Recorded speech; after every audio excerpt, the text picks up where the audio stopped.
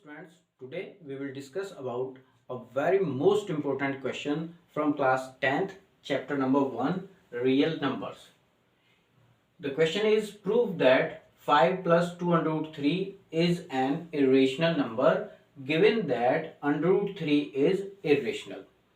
Students, ये question last year उसके पहले 2-3 साल से लगातार ये आ रहा है. डिजिट्स बस थोड़ा सा इधर उधर हो सकती है, चेंज हो सकती हैं. सपोज यहाँ पर 10 माइनस 2 अंडर रूट 5 हो, 2 प्लस 3 अंडर रूट 2 हो. इस तरह से इसकी डिजिट्स बदली जा सकती हैं, लेकिन क्वेश्चन का पैटर्न जो है वो सेम होगा.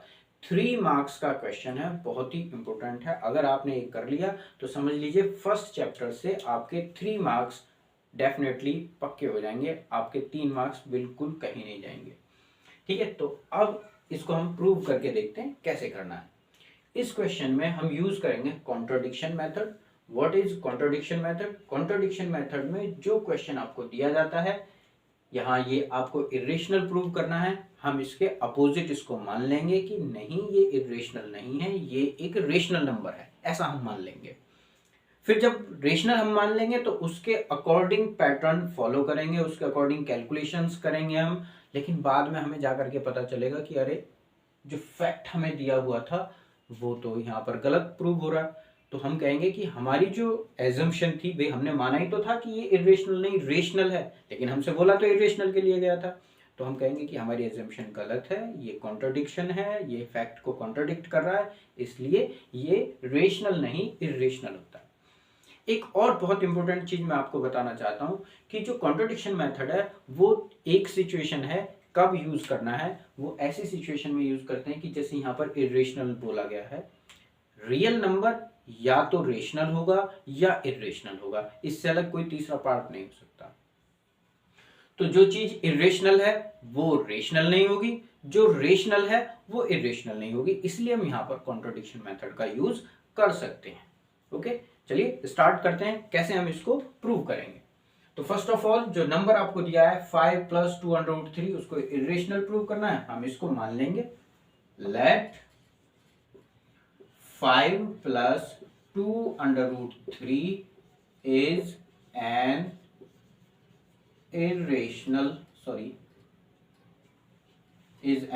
Rational number.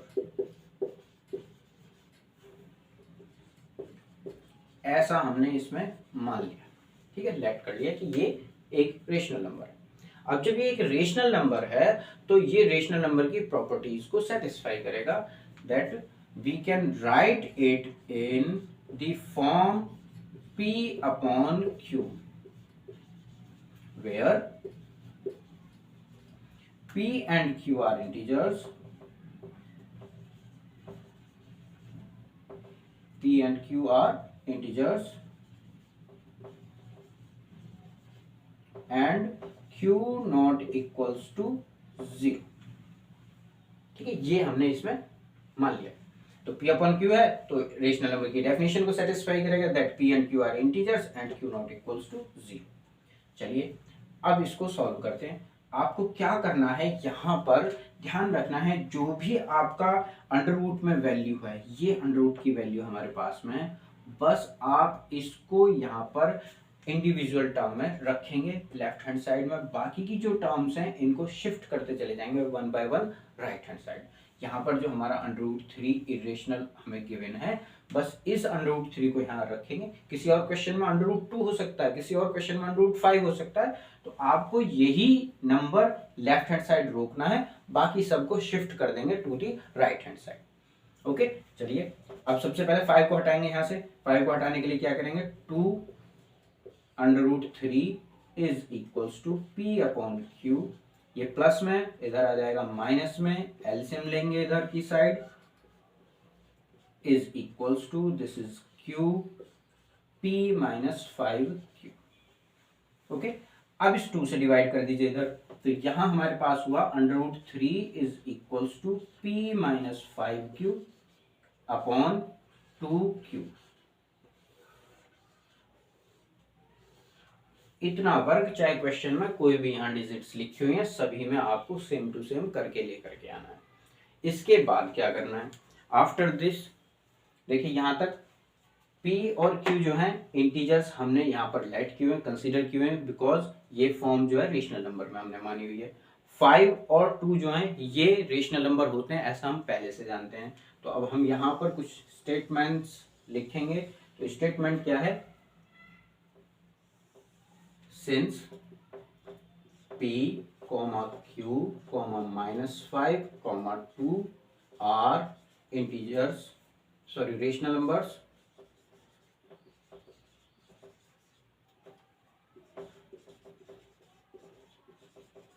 so जब ये सारा का सारा रेशनल नंबर है, ये सारे जो अलग अलग P, 5, Q है, तो इनका जो सॉल्यूशन है, जो कॉम्बिनेशन है, ये भी एक रेशनल नंबर होगा। P minus 5Q upon 2Q is also a rational number।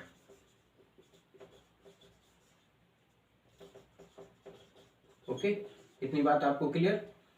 अब ये जो नंबर है ये इक्वल है √3 के, तो √3 भी जब ये रेशनल है तो ये भी रेशनल नंबर होगा। Hence it implies √3 is also a rational number.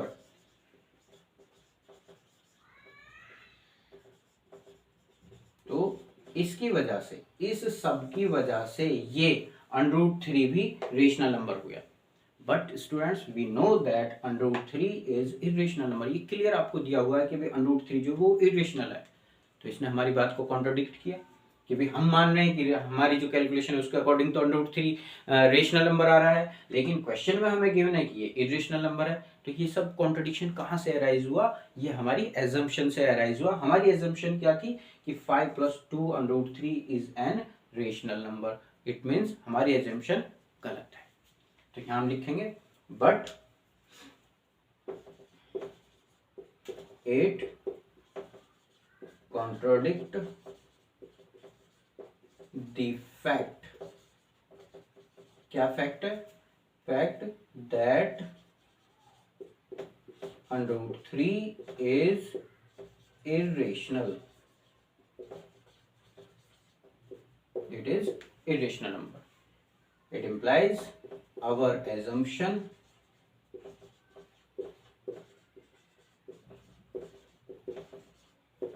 is wrong। हमारी assumption जो है वो wrong है। hence नंबर को ऐसे ही यहां पर लिख दीजिए, 5 + 2 √3 is an irrational number।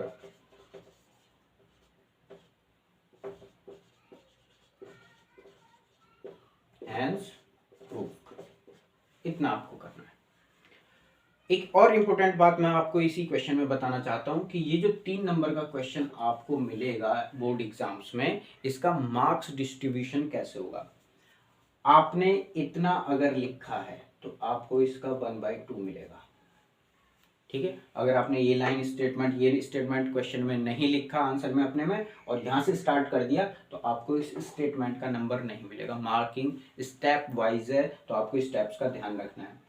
फिर इतनी जो कैलकुलेशन आप करेंगे यहाँ तक, इसका आपको 1 नंबर मिलने वाला है। फिर ये जो आप यहाँ से यहाँ तक लिखेंगे, फिर इसका आपको 1/2 मार्क्स मिलेगा। ठीक है, और बाकी का जो बचा हुआ नंबर है वो आपको इस स्टेटमेंट के लिए मिलेगा। ये मार्किंग स्कीम का पैटर्न आपको मैं बता रहा हूं, हर स्टेप इसमें इंपॉर्टेंट है, याद कर लीजिए। क्वेश्चन बहुत इंपॉर्टेंट है, केवल डिजिट्स यहाँ पर चेंज हो सकती हैं, बाकी और कुछ नहीं, सारी चीजें वैसे के वैसे ही आपको करनी है। ओके, आई होप आप लोगों को ये समझ में आ गया होगा। Thank you so much.